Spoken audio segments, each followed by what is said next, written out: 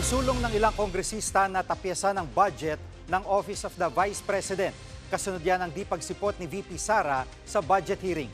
Live mula sa Batasang Pambansa, nangunguna sa balita si News 5 House Correspondent Marian Enriquez.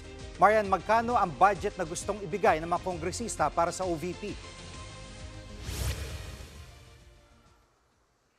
Jiggy, para nga kay House Appropriations Vice Chair at Lanao del Sur Representative Zia Alonto Adyong, maiging i-retain na lang ang kasalukuyang budget ng OVP na higit 730 million pesos. Yan ay sa halip na pagbigyan yung hiling ng OVP na nadagdagan nga ito ng 170 million pesos o aabot sa 902.8 million pesos na budget sana nila para sa 2026. Pero mungkahin ng menorya, bawasan pa ito. Hindi naman daw kasi humarap sa plenary debates ang bise para ipaliwanag nga yung hiling niyang dagdag pondo. Matatanda ang una na ngang napospone yung budget deliberations ng OVP noong September 29 at ilang beses pa ito nga pinagpaliban dahil no-show nga si VP Sara. Ni-reschedule ito noong October 2 pero hindi ulit sumipot si VP Sara o kahit sinong opisyal ng kanyang tanggapan. Jiggy. At kung ito ay tatapyasan pa, magkakasya pa ba ang pondo ng OVP?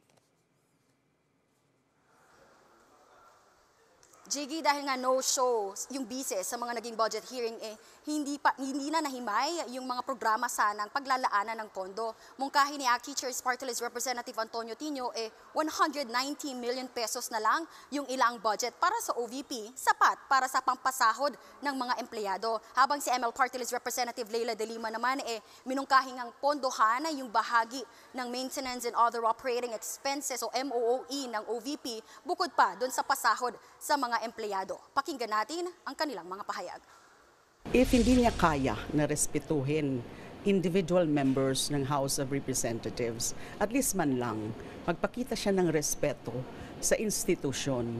Basically, Vice President ang nagpasara sa kanyang opisina for the next year. No? So kaya ganun ang dapat na mangyari dahil essentially yun ang mensahe niya sa Kongreso. Hindi siya interesadong ipagtanggol at i-justify ang hinihingi niyang budget sa taong bayan.